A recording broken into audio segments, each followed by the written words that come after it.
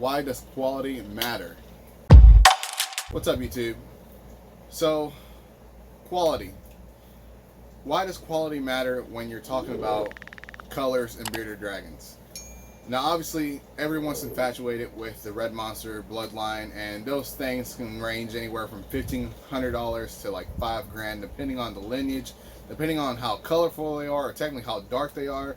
But when we talk about regular bearded dragons, so let's go below $1,000 bearded dragons, we're thinking of quality in terms of how colorful is something, how ethical is the parent that created this animal, and all of that takes into consideration the quality of the animal. So in this video, I actually want to show you a few different clutches of bearded dragons that I hatched out this year so far, and to show you the difference between, I don't have anything low quality, so I'm not going to be able to show you anything low quality, but I'll be able to show you anything that's middle ground quality all the way up to higher quality red and yellows, and you'll be able to at least see why they are more expensive. But before I do that, I just reached 1,000 subscribers, and I know it's probably been a week now, it feels like, from the time that I posted this video, but I really appreciate the first 1,000 subscribers. You will always be the OGs of this channel, and hopefully I get to 1 million one day. If I don't, I'll be happy with 100,000. I'm not gonna lie. If I don't, I'll be happy to 10,000. I don't care. I'll just be happy, you know. But 1,000 subscribers is immediately just surreal. I know it's only 1,000. It's not like people that have like 4 million or whatever, anything like that. But whenever I saw the number change from 3 digits on YouTube to the 1K, I was like, holy crap, I did it. But yeah, thank you all for the first 1,000 subscribers. You guys are awesome. And any subscriber that comes after that, you guys are awesome too. Thank you for supporting me. So let's go look at some bearded dragons, and I'll show you why quality matters. So this is the first bearded dragon I want to show you.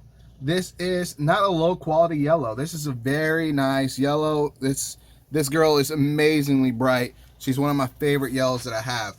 Now, the thing about breeding for yellows is sometimes these yellows get very orange tones, and it's hard to pick it up on the camera, but you can see her eyes orange, her ear holes orange, and she has orange all down the back of her body. Her legs have some orange on it. Her tail has some orange on it. So some people would call this, if I can get it to focus, some people would call this a rainbow bearded dragon, which is fine. It's not really a term that you can use for bearded dragon, but they call it a rainbow because it has several colors on it. It has yellow, it has orange, it has blue. So yeah, I guess you can call it a rainbow, but that's obviously not all the colors in a rainbow. So the next dragon I want to show you is actually going a step further and creating an almost all yellow dragon. So, and that's another reason why quality matters. Let's go show you that. Now, I'm not gonna lie, this is a very high quality blue bar. So as far as the blue bar goes, this is very high quality. I'm not saying anything bad about this dragon. This dragon looks freaking amazing. But as far as the color goes, she's awesome. So she's not low quality. She's not even really medium quality, but just to put it into perspective why quality matters when you're talking about color, I'm gonna show you the next girl. So here we have the 2 yellows. So you can see the difference in color the one on top has. So just to put it into perspective, that's side by side. Obviously this girl has poop all over her leg, but yeah, look at that. The yellow is pure. The yellow is bright. This girl has orange undertones, which is still fine, but just to show you that it does make a difference. So I will show you her babies, and you'll see how her babies differ from other yellow babies that I've hatched out this year. And her babies haven't hatched out because she hasn't laid any. I don't know what she's doing. I've seen her lock up. She's just not laying any eggs this year. Maybe she'll just hold on to the sperm until later this year, or maybe she won't lay anything this year. We'll see what happens. But yes, let's go look at the baby yellows, and then I'll show you off some reds. So I don't have exact copies of yellows, but the one on the left here is a hypotrans leatherback dunner. You can see it has yellow. It still has those orange undertones that I was talking about in the last, with the last set of dragons there. So yellows, when they're young like this, they always have this very dull look. But this is the baby to that very high yellow that I showed you. So for her mom to be that bright, she's just gonna be insane. So right now they don't look like much, but just wait, they look so much better whenever they age. And these, I'm not gonna lie, aren't gonna look bad either. But as far as yellow goes, these will end up looking more orange, while this one over here will be way more intense yellow. Like, you can see her striping down her back doesn't have any orange on it, versus the striping on his back, or I think it's a girl actually, on her back has the orange. So that just goes to show that this one over here is going to be way brighter than the one on the left here. So that just goes to show that yellow, that quality in yellow does matter.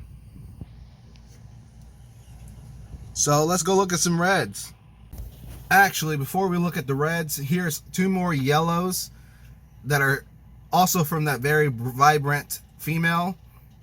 Now the female was actually paired to a yellow dragon that had some orange undertones. You can see the one on the right has more orange than the one on the left.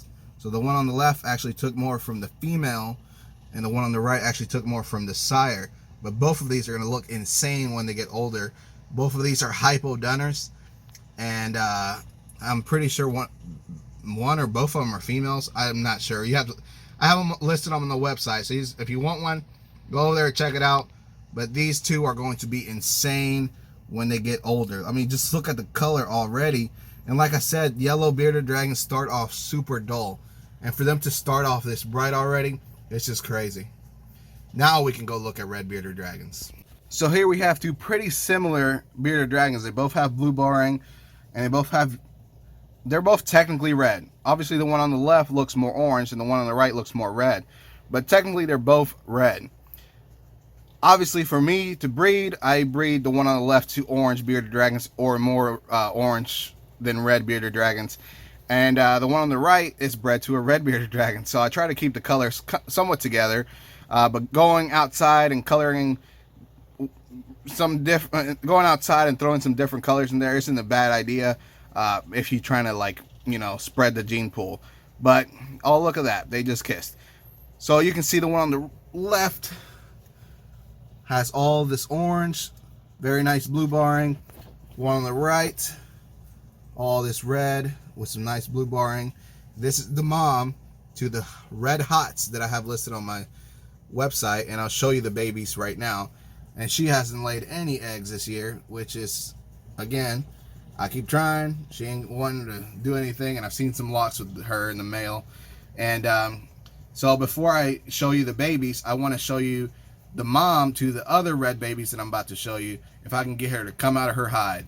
So this is the mom to the other red babies, and just to show you the difference in color, and you can kind of get an idea of why the babies look so different. But this girl here, she is actually from a very red pairing. She just dulled out as she got older, which happens sometimes. It's not very common, but it does happen. So her babies are still very colorful, but obviously looking at them together side by side, you can see why one produces better babies than the other using the exact same male. So here we go. This one on the left here is a hypotransdunner from the orange, lighter red female. This one on the right is a hypotrans from the dark red female.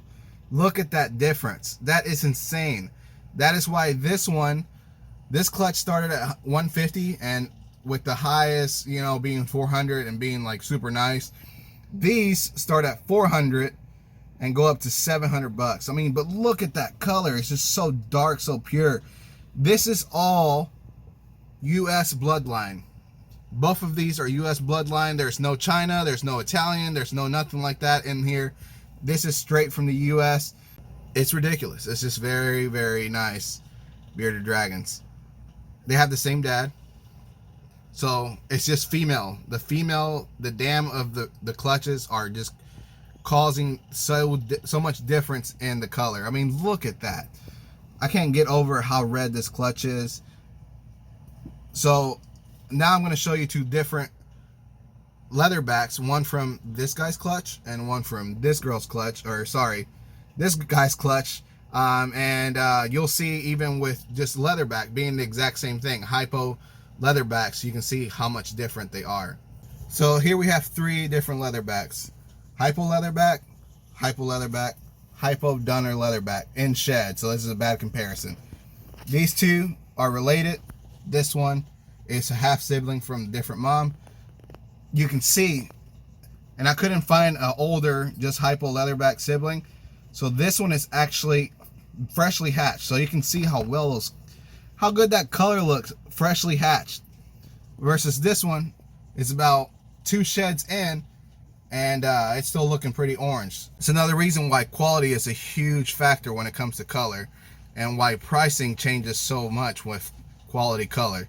So that's practically all I got for this video. I appreciate you if you made it this far. Don't forget to like, share, and subscribe, and hit that notification bell so you don't miss anything that I put out in the future.